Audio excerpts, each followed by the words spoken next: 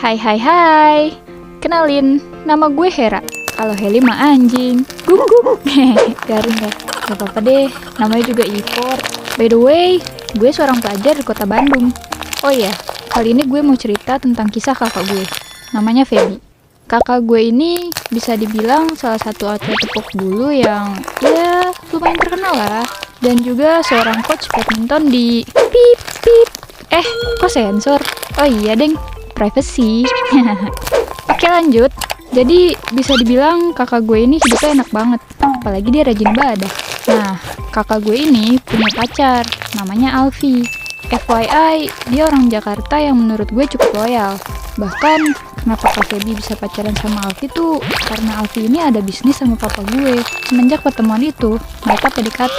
Dari bisnis, tumbuhlah benih cinta. Cia! Jadi, mereka udah mulai tuh saling telepon, chat-chatan, bahkan kirim-kiriman pap. Sampai akhirnya mereka jadian di tahun 2016-an. Waktu itu Kak Feby happy banget. Sayangnya, kebahagiaan ini gak semulus yang dibayangin. Soalnya, papa menentang hubungan mereka. Gimana gak ditentang? Papa gue kan maunya Alfi sebagai rekan bisnis aja, tapi malah macarin anaknya. Ya wajar lah kalau papa kurang setuju. Mungkin karena sesama laki-laki, jadi papa paham kali ya gelagat aslinya gimana.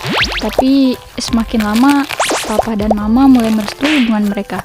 Di awal hubungan mereka, Alfi tuh baik banget. Dia pernah ngasih kakak gue HP. Bahkan gue juga dikasih. Dia sering juga tuh bawain makanan, walaupun rumah dia di Jakarta dan rumah gue di Bandung. Meskipun Alfi baik, entah kenapa gue masih kurang suka sama sikap dia. Dan kayak udah punya firasat buruk gitu. Setelah mereka pacaran cukup lama, kakak gue dan pacarnya putusin buat nikah di tahun 2018-an. Singkat cerita, mereka udah nyiapin catering, sewa gedung, bahkan udah menentukan tanggal nikah, yaitu di 8 Juli 2018. Nah, pas sebelum hari H, papa gue marah besar. Jujur, gue kurang tahu sih alasannya apa. Tapi kalau sampai orang tua semarah itu, udah pasti bukan hal biasa kan? Kalian sependapat kan sama gue? Jujur, gue ikutan sedih dan sesek pas Kak Feby dan pacarnya dimarahin habis-habisan. Parahnya lagi, mereka terpaksa harus batal nikah. Setelah itu, Kak Feby dan Alfi lost kontak dalam waktu beberapa minggu. Meskipun gue sendiri gak suka sama pacar kakak gue, tapi sesama wanita gue bisa ngerasain gimana hancurnya hati kakak gue pas batal nikah. Tapi entah gimana ceritanya, mereka tahu-tahu bisa balikan lagi. Nah, di sini keanehannya dimulai. Tiba-tiba Kak Feby berubah drastis. Dari kakak yang gue kenal, jadi sosok orang lain yang amat sangat beda. Dia bukan Kak Feby yang gue kenal dulu. Entah kenapa, dia ngejaga jarak sama gue dan keluarga. Lalu setahun berselang, di bulan April 2019, kakak gue akhirnya nikah sama Alfi. Yap, orang yang pernah gagal nikah sama kakak gue. Semua saudara gue excited, kecuali gue yang udah murung dan gak suka. Oh iya, kakak gue tinggal di BSD. Karena emang dia dan pacarnya udah beli rumah duluan di situ sebelum nikah. Setelah acara nikah itu selesai, gue dan ortu gue balik ke Bandung. Kebetulan waktu itu ada 2 saudara laki-laki gue yang numpang nginep sementara di rumah Kak Feby dan suaminya. Sialnya, denger-denger dari saudara gue yang sempat nginep di sana, sering ada tante-tante yang main ke rumah Kak Feby pas kakak gue lagi kerja. Jir, itu siapa woi? Tapi gak tahu kenapa Kak Feby gak percaya sama hal itu. Dia lebih percaya sama suaminya, si Alfi. Kebencian gue sama Alfi semakin menjadi-jadi. Tapi gue coba untuk tahan. Nah, waktu bulan puasa 2020, kakak gue sama suaminya pulang ke rumah yang ada di Bandung. Iya, biasalah, acara buka bersama keluarga gitu. Bahkan Alfi jadi imam waktu sholat rawih di rumah. Jadi gue sempat mikir, apa ternyata gue selama ini salah nilai Alfi ya? Apakah dia sebenarnya baik? Terus, apakah dia sebenarnya layak jadi suami kakak gue? Udahlah. Kalau dipikir-pikir, gue makin stres ikut campur urusan orang lain. BTW, Alfi ini kerjanya berhubungan sama batubara gitu. Gue kurang tahu sih jelasnya gimana. Tapi dia suka keluar kota gitu. Dan jarang pulang ke rumah karena sering tidur di gudang kantornya. Dari sini aja gue bisa mengasumsiin pasti ada yang keberes. Sampai akhirnya, ada momen dimana gue lihat HP Alfi ngegeletak di meja makan. Terus gue lihat notif, ada chat dari cewek yang pakai emot love-love segala, jir. Ini siapa woi? Gue coba aduin ke kakak gue yang kebetulan juga lagi di rumah yang di Bandung. Tapi respon kakak gue datar. dia nanggepinnya cuma, itu paling bercandaan doang. Ya gue kesel dong. Kan di sini sebagai adik gue berusaha nyadarin kakak gue. Tapi ya udahlah, kalau emang kakak gue lebih percaya sama suaminya. Ya, namanya juga cewek ya.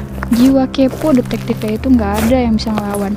Mudah ngorek-ngorek info dari kontak ya. Dia cari deh tuh begini begitu. Fix. Gak taunya tuh cewek emang selingkuhannya suami kakak gue. Alhasil gue aduin lagi ke Kak Feby. Kali ini Kak Feby gak menyangkal apapun. Dia nangis sejadi-jadinya. Gue juga berusaha ngasih tahu ke mama gue. Tapi gue malah disuruh pergi dari rumah. Gak diusir sih.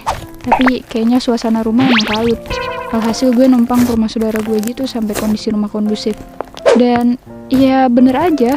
Ternyata Alfi tuh di rumah lagi disidang sama Ortu dan Kak Feby mengenai kejelasan rumah tangganya. Dan jahatnya, Alfi emang terbukti selingkuh. Satu persatu bukti mulai terkuak. Gue nemuin foto si kampret Alfi ini nikah sama cewek lain di salah satu akun makeup artis gitu. Mampus lu Alfi. Kebohongan lu mulai kebuka. Mau ditutupin pun kebongkar juga akhirnya. Kakak gue makin shock. Karena pas dikepoin tuh IG pelakornya, ternyata dia foto model 18+.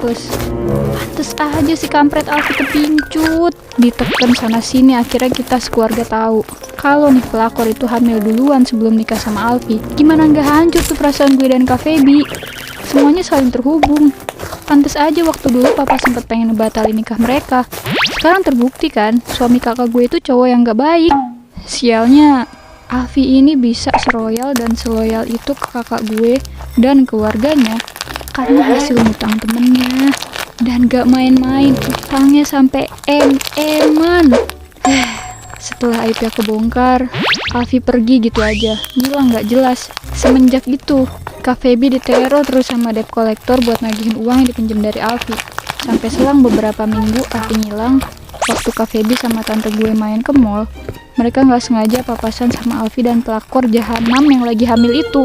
Tanpa basa-basi, Kak Feby ngelabrak Alfi dan tuh pelakor. Kakak gue marah sejadi-jadinya, nagihin duit yang udah dipakai Alfi buat hal-hal gak jelas. Di saat itu juga, tante gue nelpon ortu gue buat OTW datang ke lokasi. Sesampainya di lokasi, papa langsung marah besar. Alfi sama tuh pelakor auto kena mental. Dan singkat cerita, Kak Feby dan Alfi udah pisah. Sekarang kakak gue udah dapet suami yang lebih baik dan lebih harmonis.